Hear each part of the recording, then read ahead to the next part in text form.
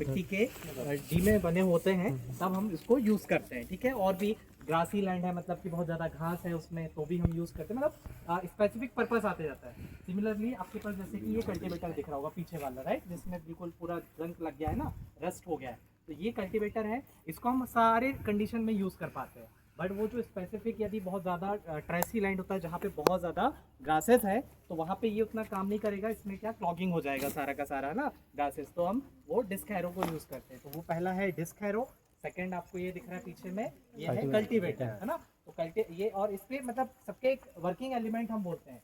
जो भी पॉइंट है, जैसे कि आप ये मोल्ड बोल्ट प्लाउ देखें या ये वाला जो देखेंगे ना, तो इसमें ये आपके टाइम है, ठीक है, ये शैंक का ये टाइम है, इतना इतना ही इसका वर्किंग पार्ट है, जो कि मिट्टी के अंदर इंटरेक्ट करके मिट्टी को ओपन करने में हेल्प करेगा हमारा। बाकी ये सारा सपोर्टिंग स्ट्रक्चर है, ठीक है।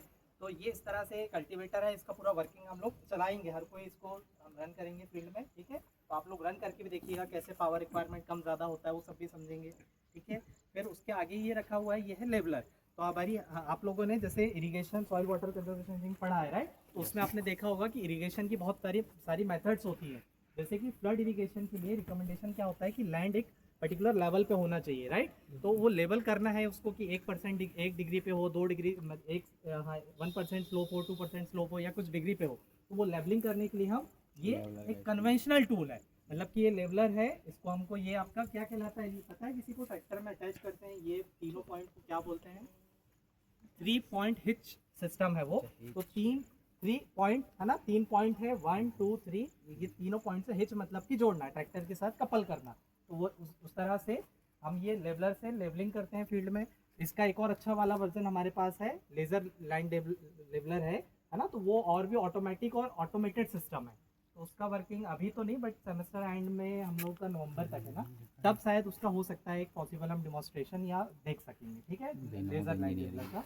अभी तो मुश्किल है क्योंकि बारिश चलते रहेगा और हमारा सारा क्रॉप लगा हुआ है, ठीक है। तो पहला हुआ वो डिस्क हैरो, ये कल्टीवेटर, ये है लेवलर। फिर ये आता है मोल्ड बोर्ड प्लाउ। जब भी हमारे पास मतलब मान लीजिए पूरी बंजर जमीन है, बिल्कुल उस जमीन में कभी कुछ भी किसी तरह का कोई भी क्रॉप हमने नहीं लिया है, राइट।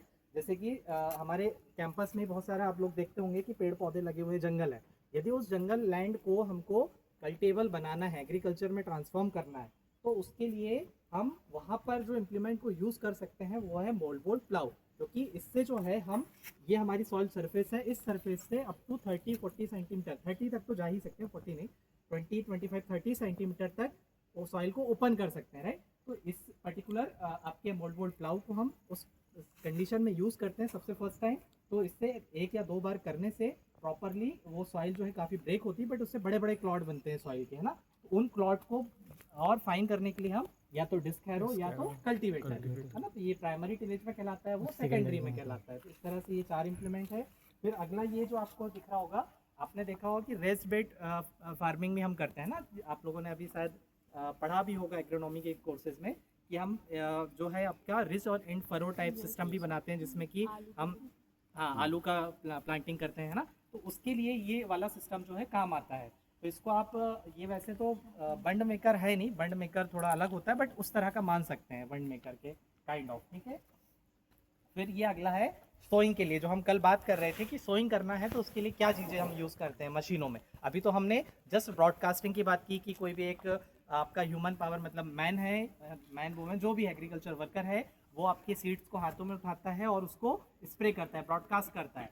बट उससे क्या होता है कि आपको रिकमेंडेशंस होता है, जैसे कि आप सारी क्रॉप का एग्रोनॉमी में पढ़ेंगे ना, कि सोयाबीन का रिकमेंडेशन होगा कि आपको 1 हेक्टेयर में कितना केजी सोयाबीन हमें एज अ इनपुट सीड डालना है, ताकि हमसे उससे प्रिसाइजली ऑप्टिमम प्रोडक्शन ले पाए, राइट। तो वो हमें करना होता है। तो उसमें जैसे कि आपको पता है किसी क्रॉप का कि कितना होना चाहिए, रिकमेंडेड डोज कितना होना चाहिए, वीट का कितना है, 15 या उसका कितना सेंटीमीटर नहीं, डेप्थ नहीं, पर हेक्टेयर कितना केजी हमें डालना है, हाँ, कितना 20 to 25 किसके लिए, राइस के राइस के लिए, ओके, ये ठीक है, चलिए। और वीट के लिए उसी के अप्रोक्स नहीं, वैसे वो भी राइस वाला भी आप कम ही कह रहे हैं। वीट का अराउंड 110 केजी पर हेक्टेयर होता है ना। 100 किलो 1 हेक्टेयर में, 1 हेक्टेयर मतलब कि 2.5 एकड़ हो गया, और आपका यहाँ पे कौन सा बीघा चलता है? नहीं, बीघा में कट्ठा। 40 बीघा में अच्छा, 40 कट्ठा का कन्वर्जन क्या है मुझे तो आइडिया नहीं है, वो देखना पड़ेगा मुझे। चलिए ठीक है, वो पूरा एक बार हम कन्वर्जन भी देख लेंगे, ताकि थोड़ा बहुत कुछ कैलकुलेशन रहा तो वो करेंगे ना। तो ये हो गया, तो इस तरह से हमें मतलब पता होता है ना। तो अभी ये क्या है, ये सीड्रिल है। तो हम जो बात कर रहे थे कि अभी उसमें, क्योंकि देखिए एक कोई भी ह्यूमन जो लेबर होता है ना, या जो भी काम करेगा, तो वो उसके हाथ में जितना आएगा वो